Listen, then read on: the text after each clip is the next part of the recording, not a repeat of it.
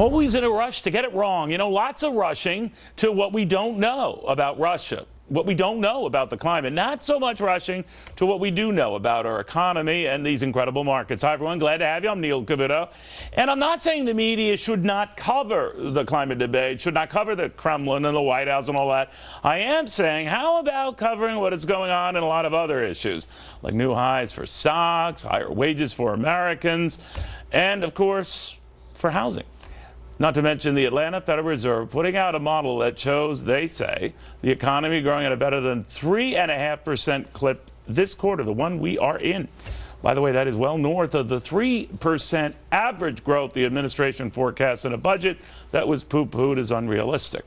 To Charles Payne, we've got Kennedy here, Danielle McLaughlin, and Larry Glazer. All right, Charlie Gasparino, Ben Stein, they're off this week. Don't ask, do tell.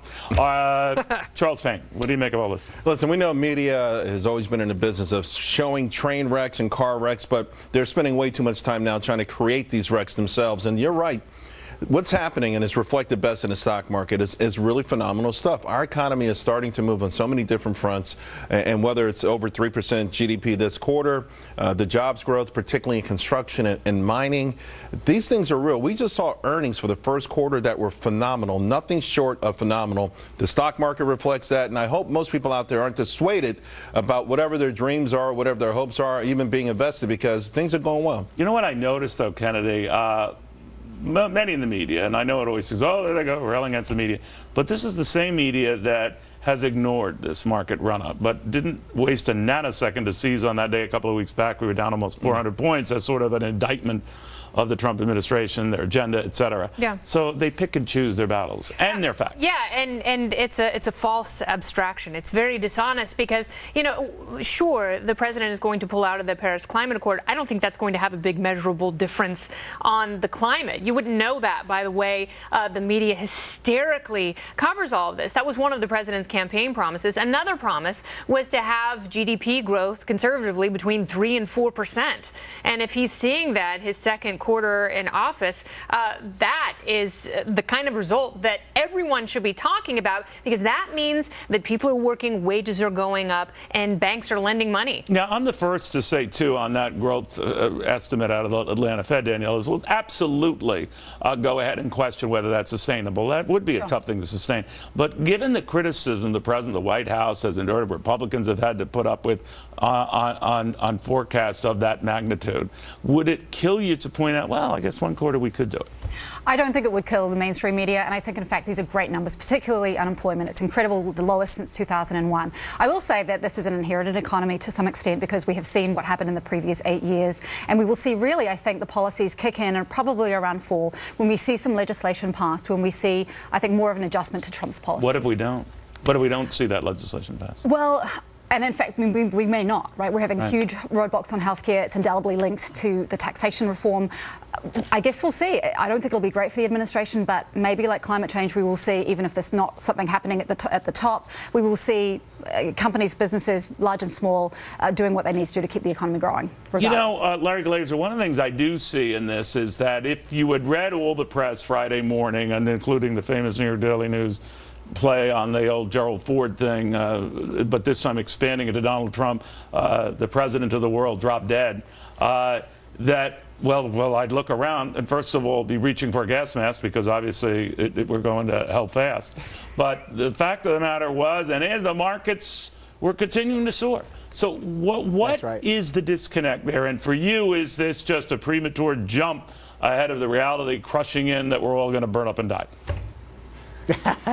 I don't think that's the case. Look, Neil, for the majority of Americans, when they wake up in the morning, they're thinking about so many different things. They're probably not thinking about the Russian scandal. They're thinking about the health and welfare of their family. They're thinking about the economy. And, you know, the irony is, since a lot of these scandals and allegations are actually surfaced, that the economy has shrugged everything off. Unemployment's come down, the stock market's gone up, but also consumer confidence has gone up. Optimism in the economy has gone up. Small business optimism has gone up. The people that actually hire and put things to work. So I think at the end of the day, you have to look at that data, and that data has showed that there's a real disconnect and that there has been no measurable impact in the economy itself, and that's very optimistic. That's why you're seeing a raise in the forecast for the gross domestic product from the Atlanta Fed right now. Yeah, you know, Danielle hit on something interesting, Charles. I want to follow up with you.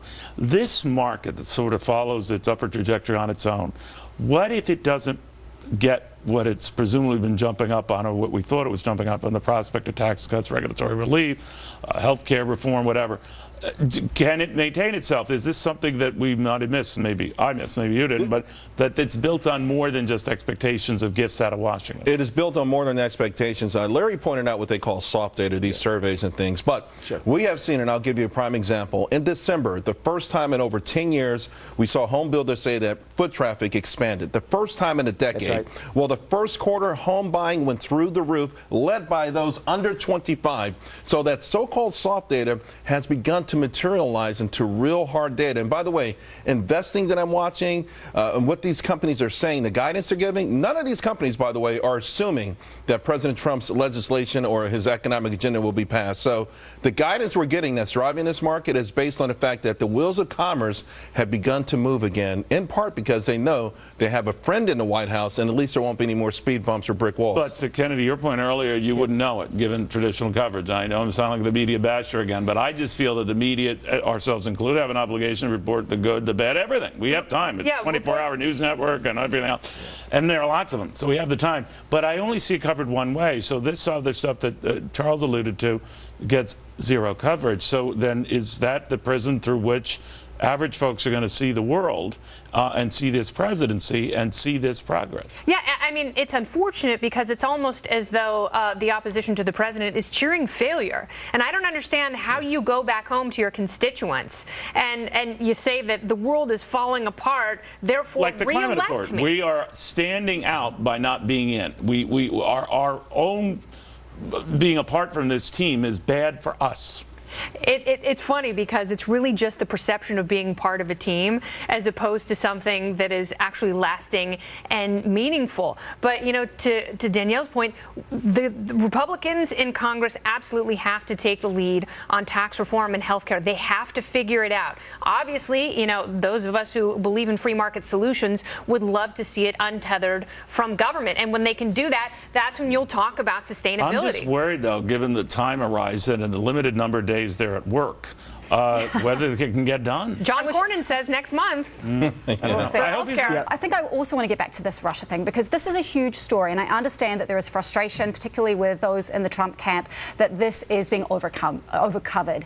But we're going to see what Comey has to say next week. I have no reason to believe that what is in those memos is not being reported, and this is a problem. It's a very big story. I do believe the president compounds it, though. I think there was a great article in the Friday's Wall Street Journal about this, that he, by tweeting about Russia and all this other stuff, he is just feeding the beast here. Yes, it's a legitimate story, and it should be covered. Right. But I think the president, ironically, compounds it by dwelling on it. Yes, but it's also Kofeive and, you know, what happened in the RNC and the plagiarism. I think that he sometimes can't get it out of his own way. What do you think of that, Kenny? That's a problem. Oh, Melania's speech. You know, that. No, she's... No, absolutely. And I think, you know, he tries to blame part of that on his communications team. But this is certainly, you know, maybe you can blame it on an immature presidency, and they're still finding their footing, but they have to find it much, much faster. And I think if you look at the foreign trip, you see that the president is capable of having big successes. Again, when he gets out of his own way, he's still learning how to do it. And it looks as though there's still too much cannibalism within the administration. So that has to calm down, and they have to keep their eye on the ball. I think, you know, when he goes on these attacks on Twitter, it is a great big distraction. They do have to refocus. And if they're going to quote Twitter, let him have tweets that have to do with the stuff you guys alluded to, and not the stuff he doesn't want. Yes, with the economy, tax reform, and health care. Yeah. All right, guys, we're going to take a quick break here. Hillary Clinton seems to forget the reason why she lost the election. See, these guys, someone here says they did not forget, not one bit. Today on Forbes on Fox, environmentalists warning President Trump's decision to leave the Paris climate deal will put the planet in danger. But someone here says it'll actually help create more wealth to better protect the planet. Plus, Nike says they're sticking by Tiger Woods even after his DUI arrest this week. Should his sponsors keep giving him mulligans? We'll see you at the top of the hour.